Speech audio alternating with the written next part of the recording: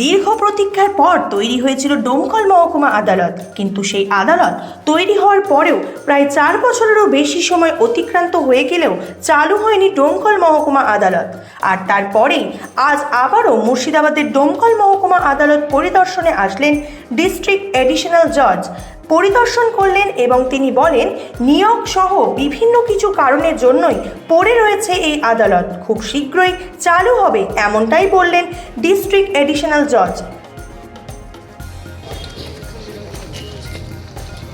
ইনভেস্টিগেশনের রাশি করে দিলে পুরোটা মিটে যায় না। যেগুলো স্পেশাল কোর্স সেগুলোকে আপনাদের আমাদের বুঝতে দেওয়া উচিত, এনডিপিএস, পক্সো, তাহলে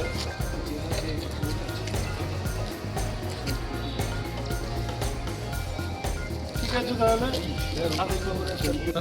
আমরা বহরমপুর ডিস্ট্রিক্ট কোর্ট থেকে একটা ইন্সপেকশনে আমরা এখানে এসেছি, যাতে অতি শীঘ্র যাতে এই ডোমকল আদালতটা অন্তত পক্ষে চালু করা যায়, সেই জন্য বিষয়গুলো নিয়ে আমরা আজকে এখানে পিডাব্লিউডি এক্সিকিউটিভ ইঞ্জিনিয়ার, তারপর পিডাব্লিউডি সিভিল, পিডাব্লিউডি ইলেকট্রিক্যাল, এই ওনাদের সঙ্গে আমরা আলোচনা করলাম এবং বিল্ডিংটা আজকে আমরা পরিদর্শন করে আজকে মাননীয় এখন জেলা জজ উনি ছুটিতে আছেন, উনি সোমবার দিন সম্ভবত জয়েন করবেন, আমি এখন চার্জে আছি। তা একটা কলকাতা হাইকোর্ট একটা উদ্যোগী হয়েছেন যে মহামান্য উচ্চ ন্যায়ালয়, যে যত শীঘ্র সম্ভব এখানে ডোমকল আদালতে চালু করা যায়, সেই উদ্দেশ্যেই আমরা আজকে এখানে একটা আমরা ফিজিক্যাল ইন্সপেকশন আমরা কোর্টটা ভিজিট করলাম এবং আমাদের দিক থেকে সর্বান্তকরণের একটা প্রচেষ্টা থাকবে যত দ্রুত সম্ভব এই ডোমকল মহকুমাতে ডোমকল মহকুমা আদালতটা যাতে উদ্বোধন করা যায়। এই আদালত কি চালু হওয়ার যোগ্য হয়েছে, কি মনে হচ্ছে আপনার?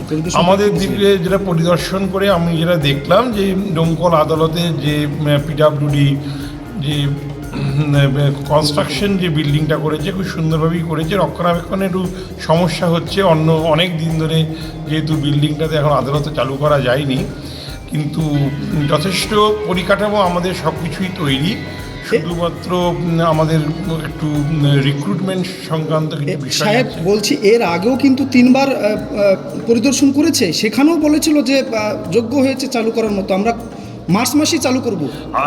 তাহলে এইভাবে দিনের পর দিন কেটে যাচ্ছে, লক্ষ লক্ষ কোটি কোটি টাকার বিল্ডিং নষ্ট হচ্ছে, এই বিষয়ে আমি বুঝতে পারছি বিষয়টা, কিন্তু কথাটা হচ্ছে একটা আদালত চালু করতে গেলে শুধুমাত্র বিল্ডিং তৈরি করলেই তো আদালত চালু করা যাবে না, সেখানে আদালত কর্মচারী নিয়োগ করার ব্যাপার আছে, বিচারক নিয়োগ করার ব্যাপার আছে।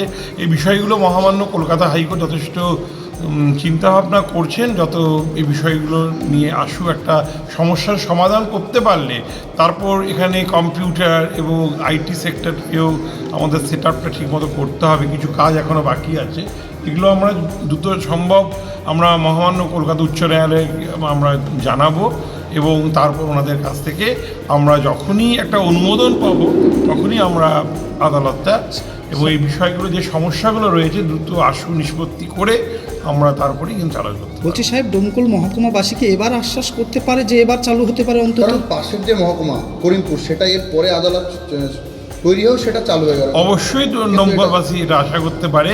সর্বান্তকরণে প্রচেষ্টা মহামান্য কলকাতা উচ্চ ন্যায়ালয় এবং জেলা আদালত কর্তৃপক্ষ থেকে আমরা গ্রহণ করেছি।